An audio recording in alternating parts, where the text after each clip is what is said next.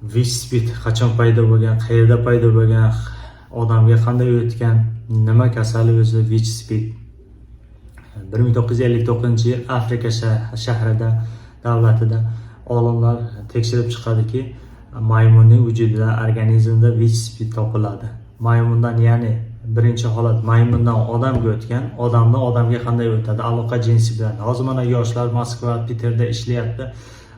Padanlarda bitta Drubakroy degan programma chiqqan. O'sha yerda qizlar o'tiribdi, o'zbek, tojik, boshqa qizlar o'tiribdi. O'sha programmaga kirib qizlarning oldiga boryapti. Berezinka, hammasi o'shalar bizga kelib analiz topshiradi. Ginekologimiz bor, Wispit, sifilis bor, gonoreyasi, boshqa chlamydia kasalliklari bor. Berezinka boryapti, mana shu kasal bo'lib kelyapti. Mana 2004-2005 mana bu 2004-yil o'zbek bola topshirgan, mana chiqyapti положительно. Keyin qondan qonga o'tishi mumkin. Narkomanlarda ko'pincha bo'ladi. Keyin mana bemani erkaklar, bolalar o'zini qiz qilib olib yuribdi Moskvada. O'shalarda heteroseksualist deydi. O'shalarda ko'pincha topilyapti. Keyin homilador ayollar rodonga borib tavlat qilayotganda agar kровотечение boshqa holatlar bo'lsa, o'sha qon bilan o'tishi mumkin, lekin homiladorlik vaqtida go'dakka hech qachon o'tmaydi. Shuning uchun ehtiyot qilinglar. Simptomlar, ya'ni klinikasi qanaqa shikoyat bo'ladi patsientlarda.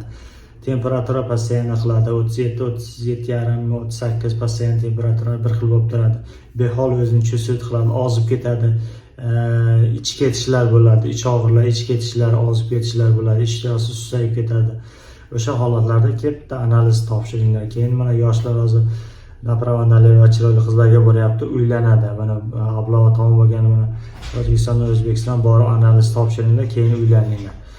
Uylanishdan oldin analiz topshirish kerak. Birovning qizini olasizlar, uncha zarar qilmanglar. Mayli, ehtiyot bo'linglar, salomat bo'linglar, sog' bo'linglar. Rahmat. Mana shu videoni podelitsiya qilib, like bosinglar, ko'proq odam ko'rsin.